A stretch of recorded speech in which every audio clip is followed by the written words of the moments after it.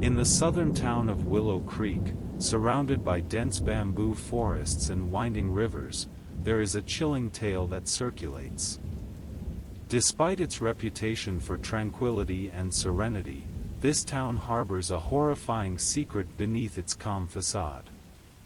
The story begins in a summer when I was 10 years old. It was then that a mysterious butcher appeared in town, known to the locals as Old Lee the Ostrich. Old Lee set up his stall beneath the ancient banyan tree at the town center. Every morning, he would arrive punctually, pushing an old cart laden with what appeared to be fresh and appetizing ostrich meat. The meat was a vibrant red, with distinct textures and emanated an enticing aroma, quickly capturing the attention of the townsfolk. Initially, there was skepticism towards this sudden influx of ostrich meat, especially since ostriches were not commonly found in these parts. However, after the first brave soul praised its deliciousness, Old Lee's business skyrocketed.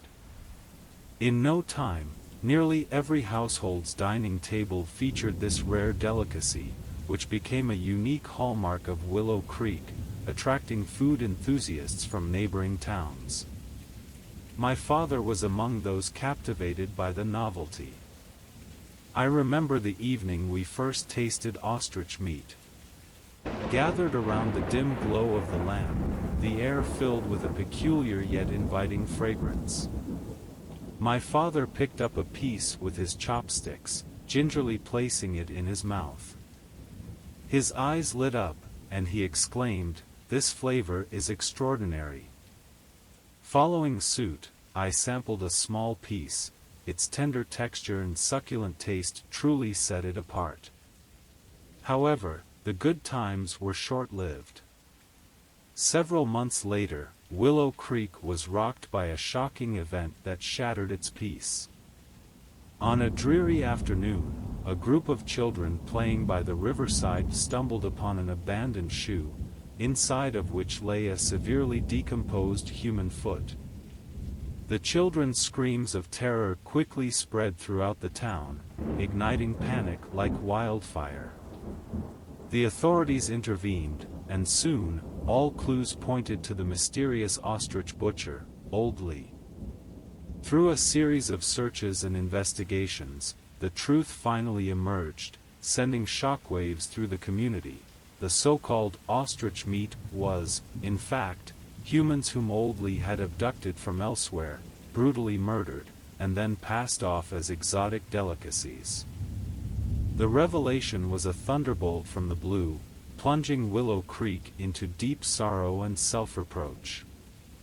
It turned out that Old Lee had woven a web of deceit, exploiting people's curiosity for novelty in their pursuit of gourmet experiences. Under the cover of night, he would clandestinely lead his victims to his secret slaughterhouse, where unspeakable horrors unfolded. What had once been savored as a delightful meal now haunted every household as a nightmare. As the investigation delved deeper, more gruesome details emerged, each discovery sending shivers down the spine. Upon his arrest, Old Lee showed no remorse in the face of overwhelming evidence. His eyes glinted with an inexplicable madness as he confessed that his actions were driven by twisted desires and a desire for silent retribution against society. Willow Creek was never the same again. Trust among its people was shattered, and everyone began to scrutinize their own actions, reflecting on how their blind greed had been manipulated, ultimately leading to tragedy. Though time gradually healed the wounds, the dark chapter of history remained etched in Willow Creek's memory, serving as a reminder to future generations of the terrifying consequences that ensue when human depravity is unleashed. As for me, a witness to this history, every quiet night brings back memories of that summer, stirring an indescribable chill in my heart. It is no longer a simple childhood reminiscence but a profound lesson on life, about human nature, desires, and the undercurrents that lurk beneath serene surfaces. On the edge of our tranquil little town stands a venerable soy sauce factory, renowned far and wide for its rich soy sauce and traditional brewing techniques. Almost every household in town relies on the products of this factory, as it not only forms a part of our culinary culture but also connects generations through their gustatory memories. However, one dreary spring afternoon, a peculiar and unforgettable event unfolded at the soy sauce factory. Uncle Lou, a seasoned worker who had dedicated half his life to the factory, vanished into thin air like steam dissipating into the damp air. Uncle Lou was a man of few words but diligent work ethic, and his disappearance cast a shadow of unease over the entire town. Initially, many presumed Uncle Lou had simply gone out temporarily or perhaps to visit relatives. Yet, as days turned into weeks without a phone call or letter, Uncle Lou seemed to have evaporated from the face of the earth. His co-workers at the factory spontaneously organized search efforts, combing through every nook and cranny of the premises, but to no avail.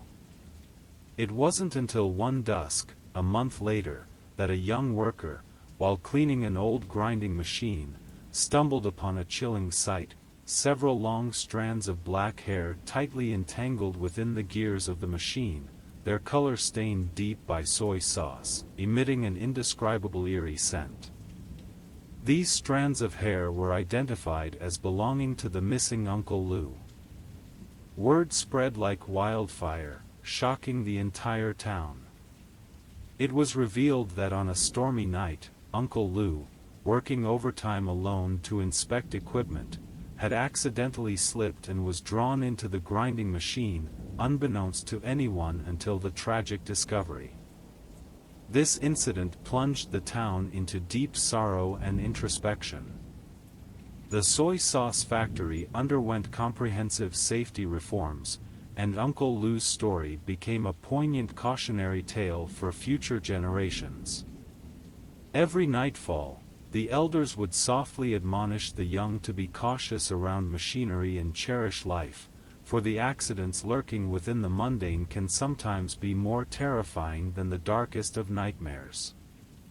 Henceforth, whenever people taste the soy sauce from that factory, they cannot help but sense a faintly peculiar feeling, as if tasting a hint of sorrow and vigilance. Uncle Lou's story, like an indelible shadow, forever remains etched in the memory of this small town.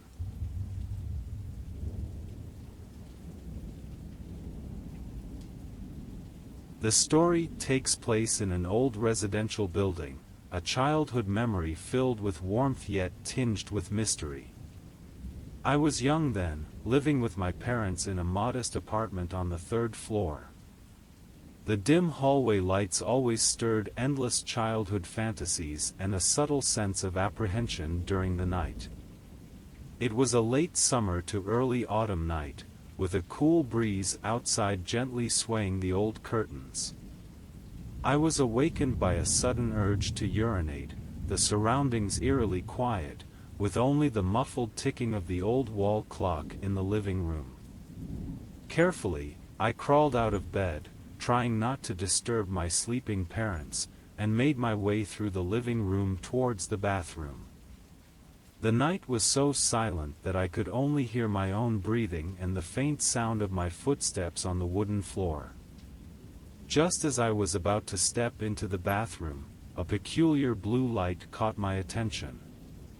It was a faint, ethereal blue, a color that seemed out of place in this world, quietly hovering in mid-air, slowly coalescing into a humanoid figure, a woman clad in a blue robe. She stood with her back to me, long hair cascading down her shoulders, exuding an indescribable sense of sorrow and loneliness. I froze, a nameless fear gripping my heart, my body feeling as if nailed to the ground, unable to move. Time seemed to stand still, the air thick with a sense of oppression. The woman in blue seemed to sense my presence, slowly turning her head. I couldn't make out her face, but her eyes felt deep and hollow, as if piercing through time and space, staring into the deepest recesses of my soul.